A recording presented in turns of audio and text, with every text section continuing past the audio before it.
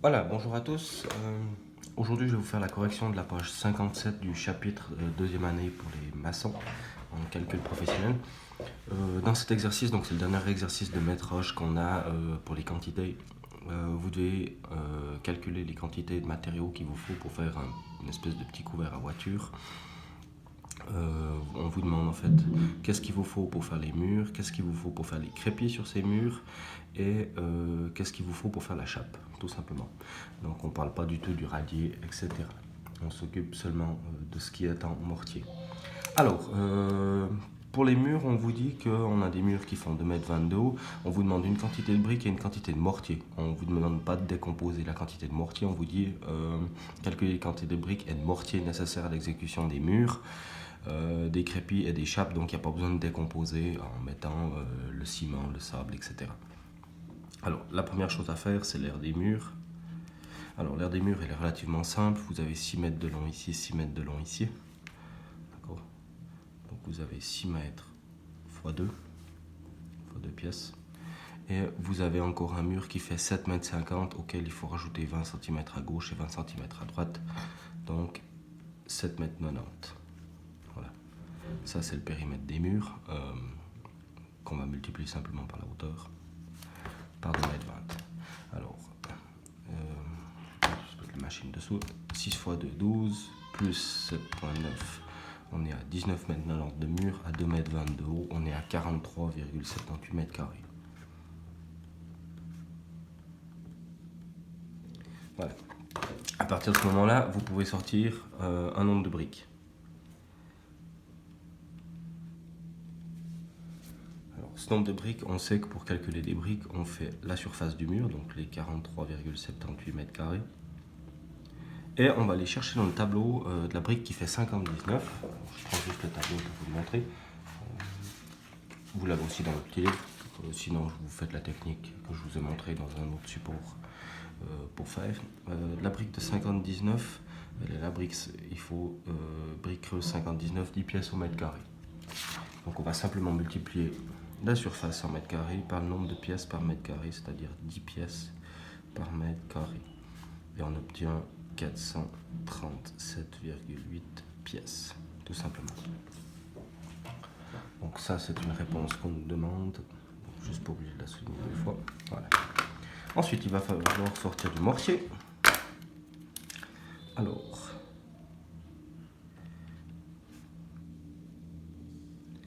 mortier de maçonnerie.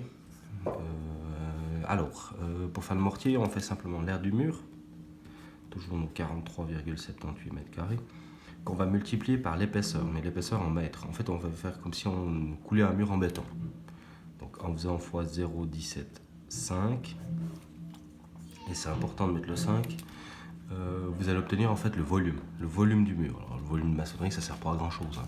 Mais en fonction de la taille de la brique, vous allez pouvoir obtenir quelle quantité, à la page 48, il vous faut. Pour les briques creuses en béton 59, il vous faut 100 litres par mètre cube de maçonnerie. D'accord? Et ça, vous faites simplement x 100 litres par mètre cube. Alors, si on le fait, 43,78 fois l'épaisseur, 0,175, 7,66. Donc si ça mettait un mur en béton, il faudrait 7,66 mètres cubes de béton. Fois 100 litres par mètre cube, il vous faut 766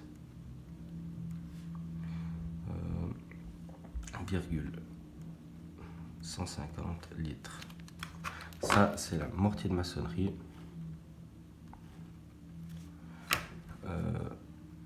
CP 300.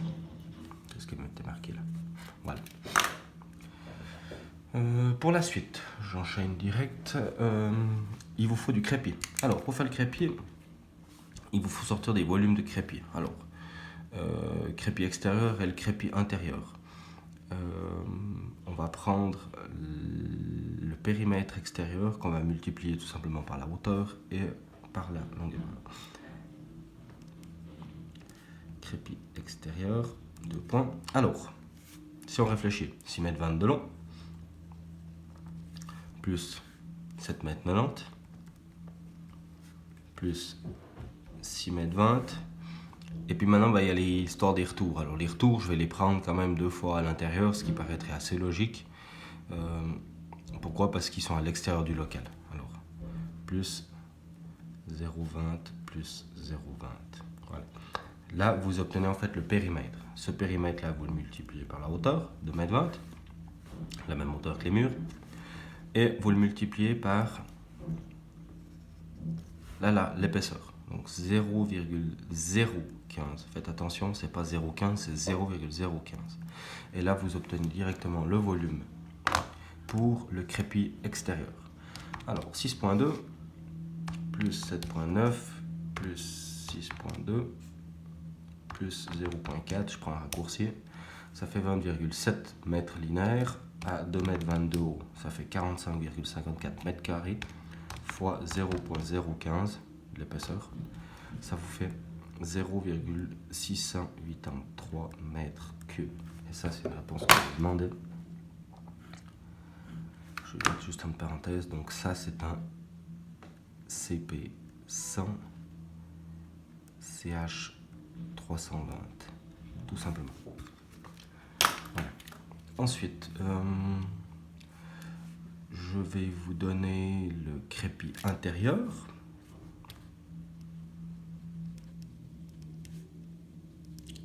Alors, le crépi intérieur, 6 mètres à l'intérieur, 7 mètres 50, 6 mètres. Alors, 6 mètres fois 2, plus 7,50. Ça fait le périmètre intérieur, fois les 2,20 m, fois l'épaisseur. L'épaisseur, cette fois, elle est de 1 cm, donc 0,01. 6 fois 2, 12, plus 7,50, 19,50 fois les 2,20. On obtient 42 mètres carrés 90 à l'intérieur, fois les 0,01, 0,429 mètres cubes, ce qui fait 429 litres, donc ça tient la route. Donc on voit qu'à l'extérieur, on en avait quand même beaucoup plus. 2 parce que c'est plus long, mais aussi parce qu'il y en a 15 mm à la place de 10 mm. Voilà. Ensuite, il faudra du mortier de chape.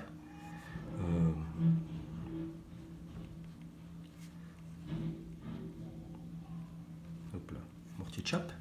Alors le mortier de chape, si on réfléchit, il fait entre les murs, donc on fait les chapes après les murs, donc il fait 7,50 m de long par 6 mètres de large. Ça, c'est la surface de la chape. Et elle fait 5 cm d'épais, donc 0,05. Et là, vous sortez directement la quantité de mortier de chape. 7,5 fois 6 fois 0,05. 2,25. Donc 2,250 mètres cubes. Voilà. Vous avez directement sorti la quantité de mortier pour la chape. On va juste peut-être marquer que là, c'est un CP 450. Et puis le crépi intérieur, je l'ai oublié, c'était un CP50. CP50 CH 320. Comme ça, on s'y retrouve un tout petit peu. Voilà.